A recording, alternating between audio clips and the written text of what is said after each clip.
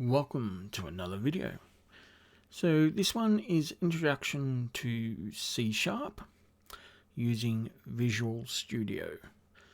The unit is ICT PRG 414, Apply Introductory Programming Skills in Another Language.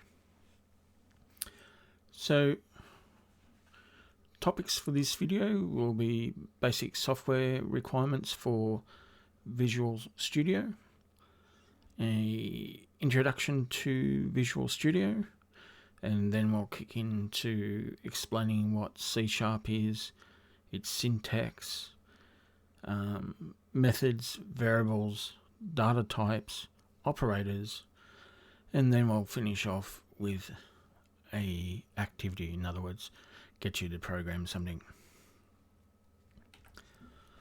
So software requirements are from Microsoft's website for its requirements. We will be downloading and installing the Community Edition of Visual Studio 2019 because it's free. And basically Windows 7 to Windows 10. There's also servers and things like that you can install it on, but our systems will be Windows 10, and hopefully as you could be working from home, you have a PC with at least a quad core 1.8 gigahertz, 2 gig of RAM. Basically, if it's running Windows 10, you're going to get away with running this. You could have upwards of spare space. I mean, it's such a large variation here. It's like 800 megabytes to 210 gigabytes. And yeah, okay. From memory, when I downloaded and executed the installer was only a couple of hundred meg, and then it downloaded, I think it was just over 2 gig worth of files, then installed it on the system. Best to have at least 720p, but it prefers a higher resolution. Now, for the workloads, we're just going to use the desktop.net section. I mean, you can install lots of other sections to support, web, cloud, mobile devices and that, but we're going to base ours on desktops. So .NET desktop development, tick that box and install away. So basically, when it opens up for the first time, this is the screen you'll have. Just click on the new project. Select the console application for C#. Click Next. Then put in your project name, adjust your location to where you want to save it, then click Next. And target framework, it's the only one that was downloaded. It's the only option, so just click on the create button and it'll create this very first program for you. Hello. So let's have a look around the program menus, just the main things that we will need at the start. So to run that program that it's given you, the hello, you just click on the play button. Next to the play button is the name of the C program that it's going to execute.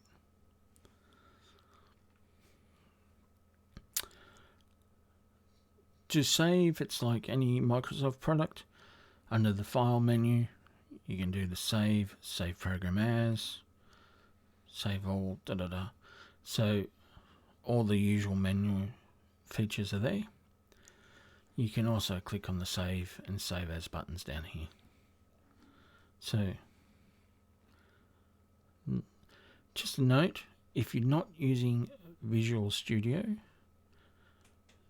if you're using Notepad++ or something else to do your coding,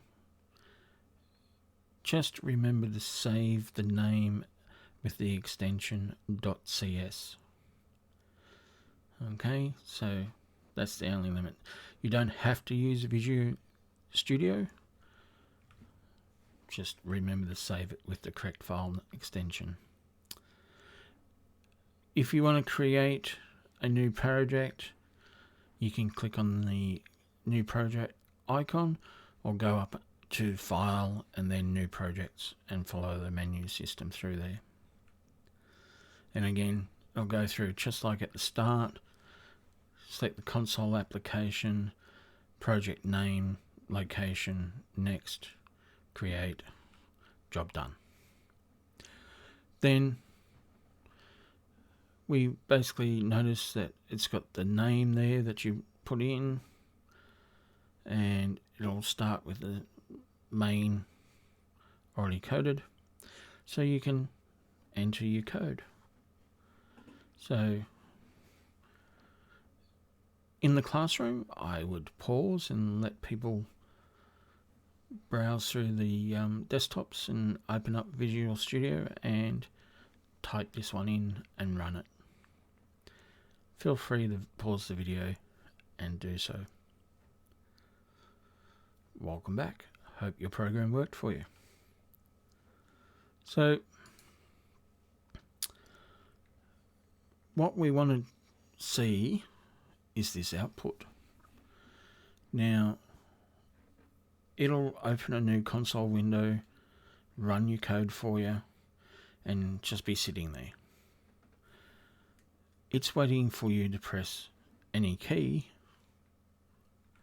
before coming up with this display. And this one's basically saying, okay, we ran it.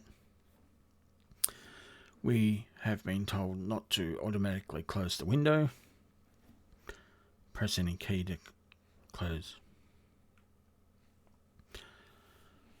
So if you noticed your output, the second line sort of runs together and it just stayed there waiting for you to hit any key. We'll look at the reasons why, and you should be thinking about it later on after we do some explanations.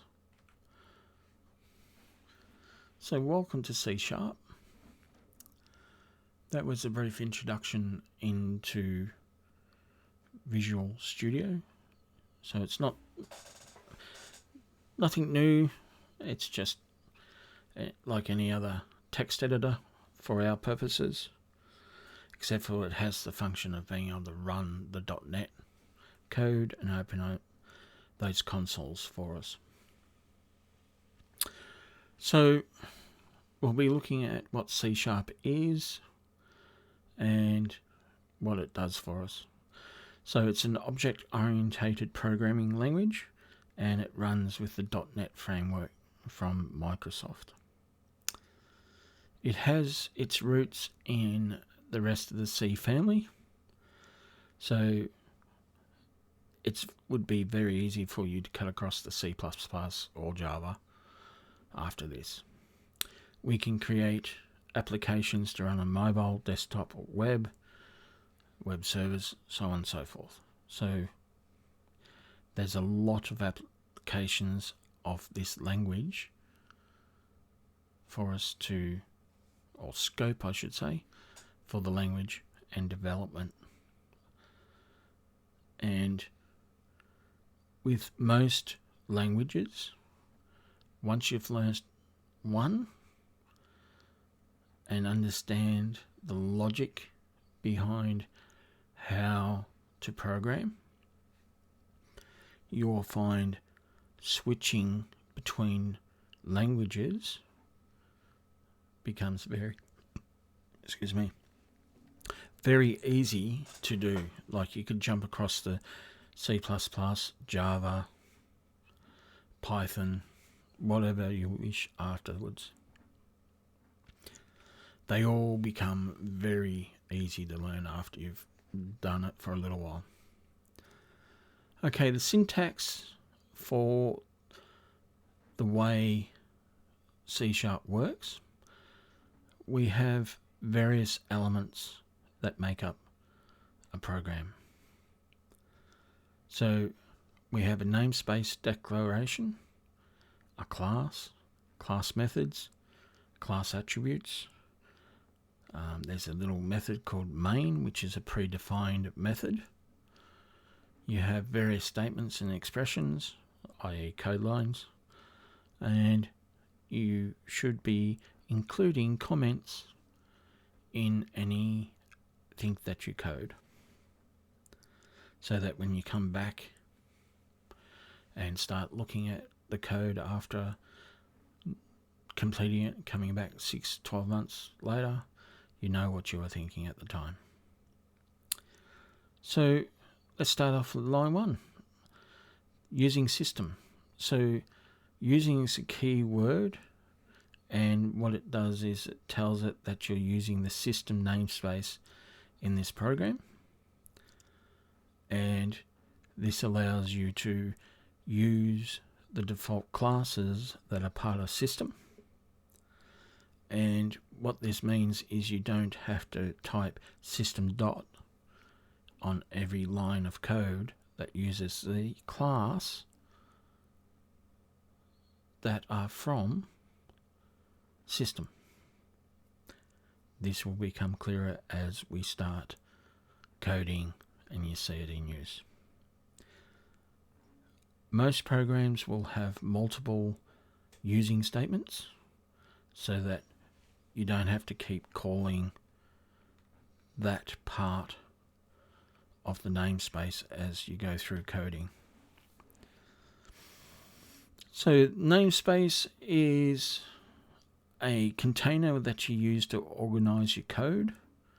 So within this container you'll have all your classes and other namespaces used within the program. Each namespace is contained within curly braces. They will indicate the start and end of your code.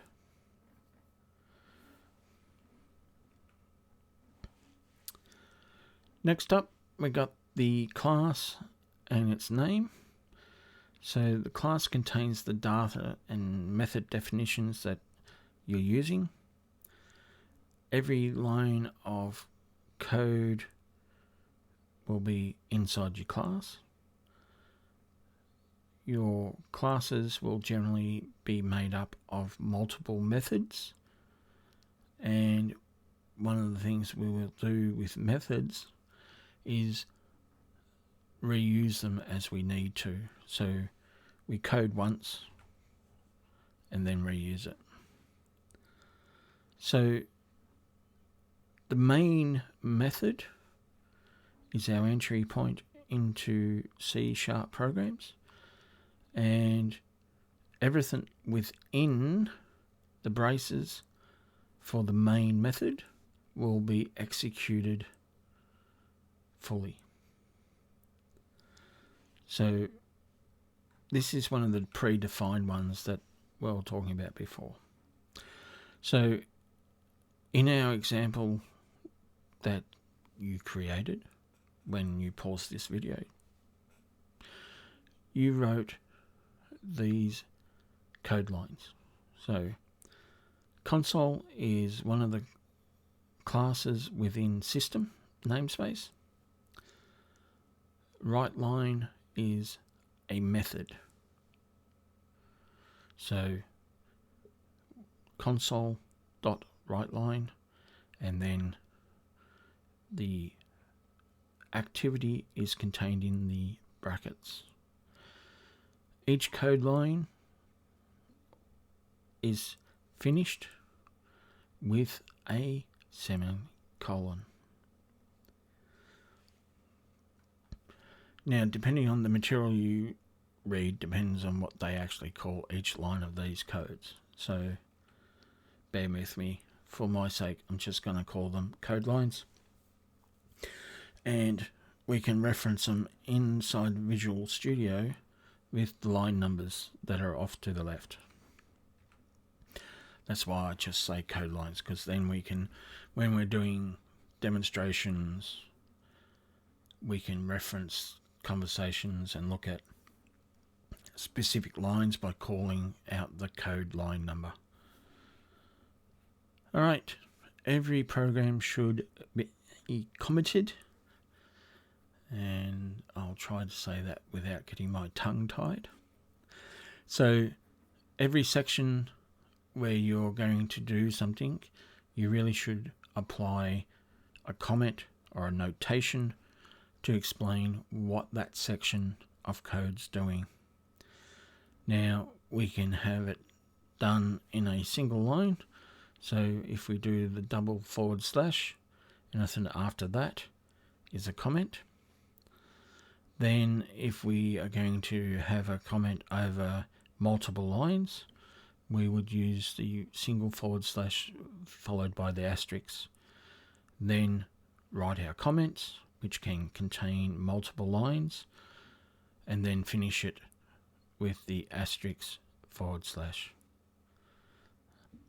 Now, please note, when we're creating the names and for the classes and methods, they are case sensitive. So in the case here, my class with a capital M and capital C is different to my class all lowercase. So they have totally different meanings, and it's just something to be aware of as you go through. So the example here with the comments in place. So this is the first program. We can have multiple lines as comments, another line as a comment. So as you can see, there's the formatting. And this type of comment with the double / can appear after the semicolons. So you can comment each line of code if you so desire.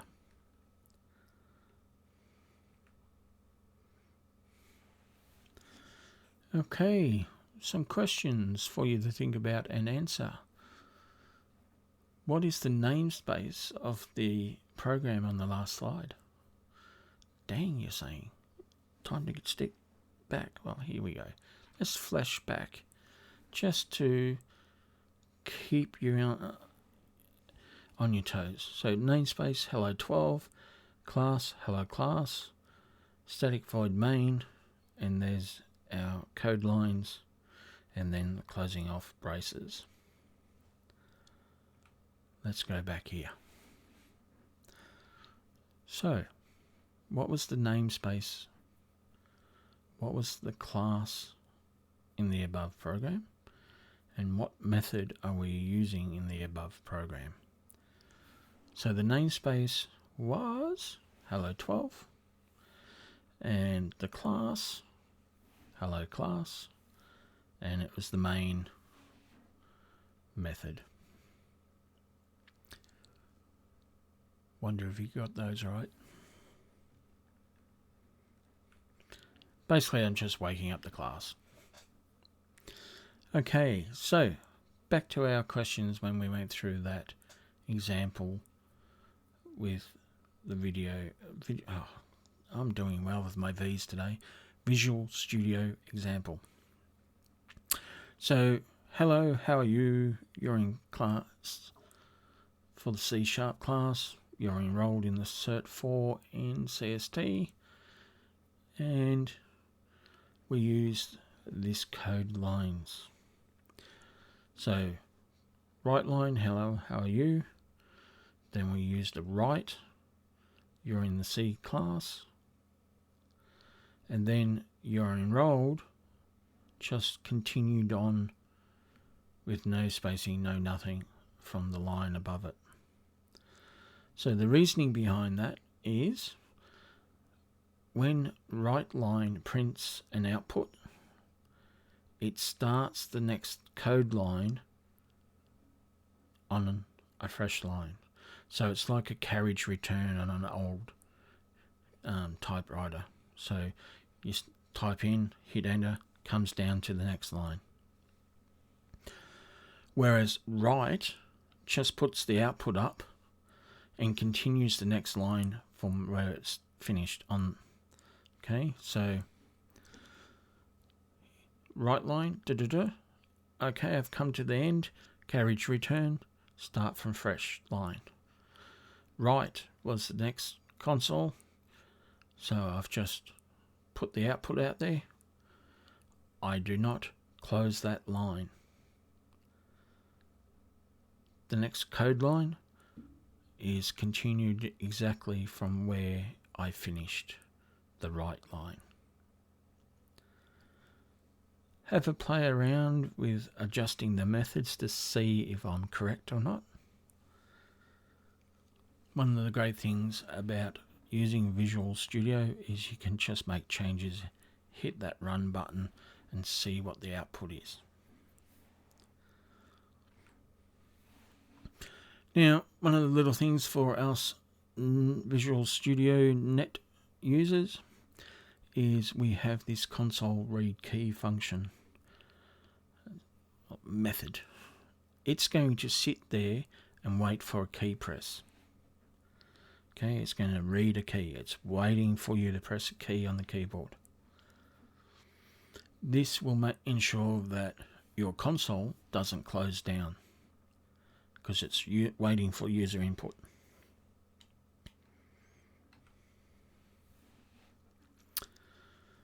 Okay, back into the theory. Methods. Methods, the block of code which will run when the method is called. You can pass data through the method, which is called parameters, and each method you create can be used to perform certain actions, which are called functions. The benefit we have with creating multiple methods is that we can define the code in the method and then reuse that method many times. We can actually call the method inside another method. So we save a lot of time and a lot of coding by creating little chunks of reusable code. So let's break it down. So here's our line numbers. So in line 7 you can see we have a main method, and within that main method we've got the code line saying console write line hello world. So this was the original default program that Visual Studio created for us when we opened it up. So what's the meaning of static? It's, telling us that the method belongs to the program class, not another object within the program. Void means that the method is not returning a value. These definitions will make sense later on when we get more in depth and you get more experience. Remember, this is just the intro. So just don't be scared. They're supposed to be there. And this is the name. As I said, it created this for us. It's the main one. It's always going to be executed. We don't need to always leave everything under the main. Okay?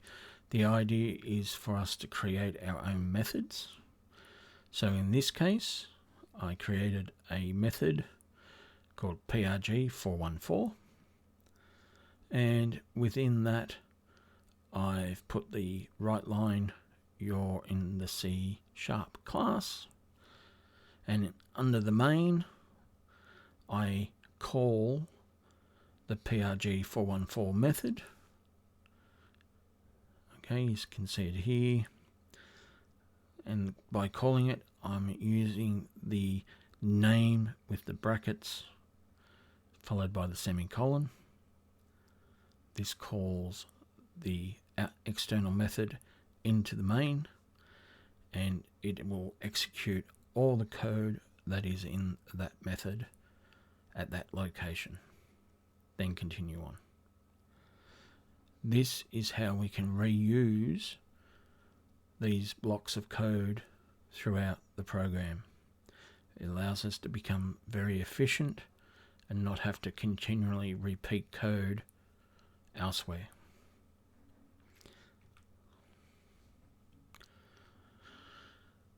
Variables. Variables allow us to store data under a single digit or a group of digits. In other words, a name. So we have to define what that variable type is. So it can be integers, double, characters, strings, Boolean features. So integers, whole numbers, no decimal points. Doubles allow us to provide decimal points in numbers. Character is a single character and it's surrounded by a single quote. A string is a string of characters and they're surrounded by the double quotes. Bool stores a true or false condition. The syntax of creating a variable is we specify the type, which is predefined within C#, followed by the name of the variable, and then we give it the operator of equal, and that's the value that we are injecting into the variable.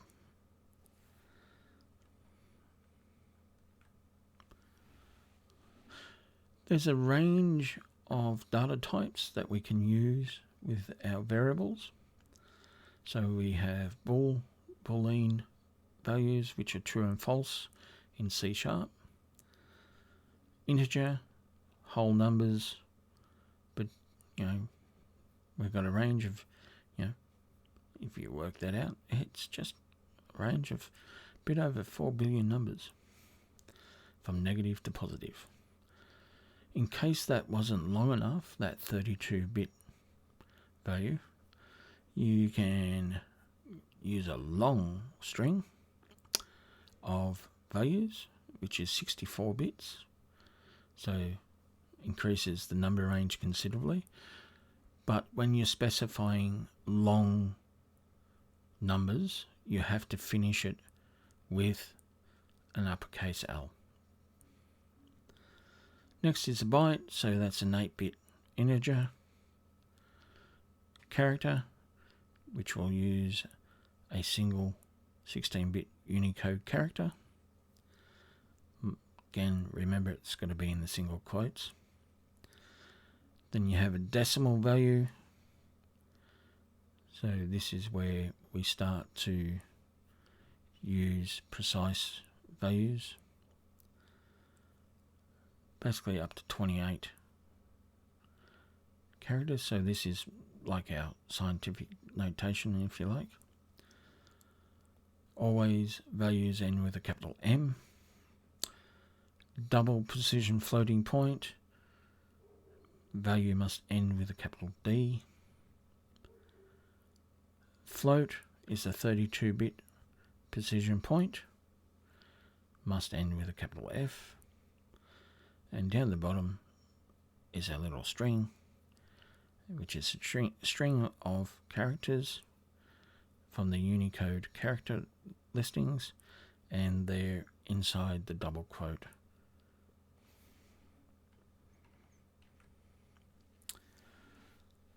operators: addition, subtraction, multiplication, division, modulus. So, maths.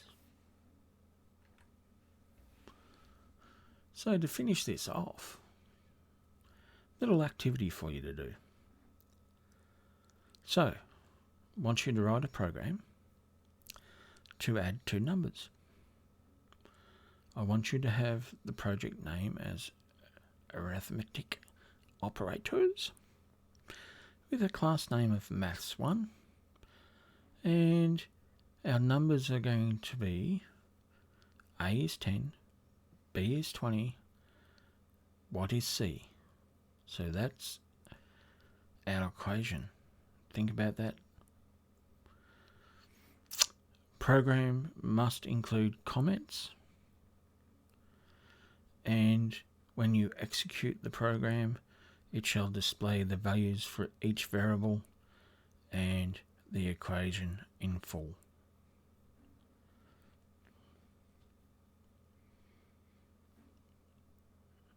You done it yet? Remember to hit the pause button. Okay. Magic video time has lapsed. Here's a possible solution. So, we're using system, namespace, there it is, class maths1. This is the first program. I'm using the main, static void main.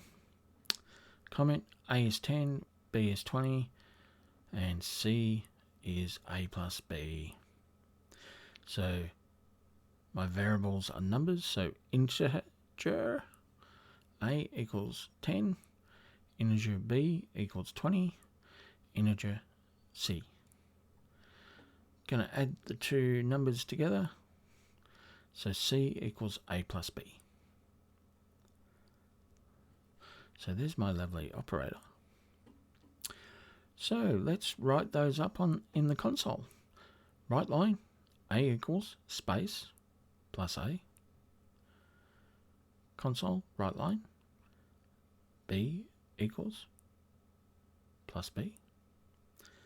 And then C equals A plus B equals, and then we're going to put in the actual values for A, text of plus, then the value for B, text of equals, and then the value for C. And we're going to use the read key to pause it so that console doesn't close on us. Is that similar to what you did?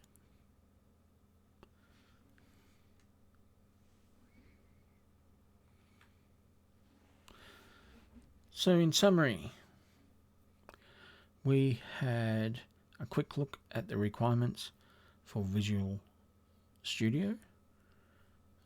Basically, if you're running Windows 10, you're pretty much covered. We went through a very brief introduction into Visual Studio, how it works. If you're familiar, I should say, with the common text editors such as Notepad++ and others, you'll be very comfortable with Visual Studio.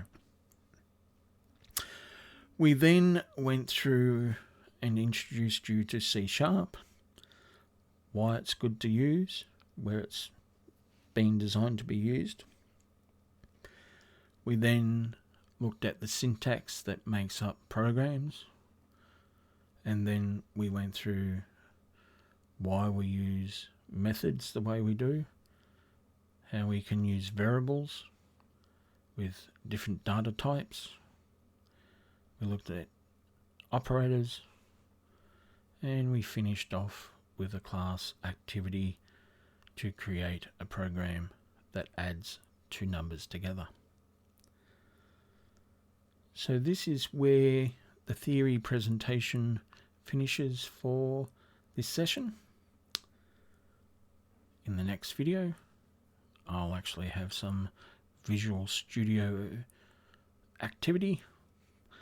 So I'll go through and do some typing of some codes for the programs that we went through in the theory and see if I can actually do it right. All right, until the next one, bye for now.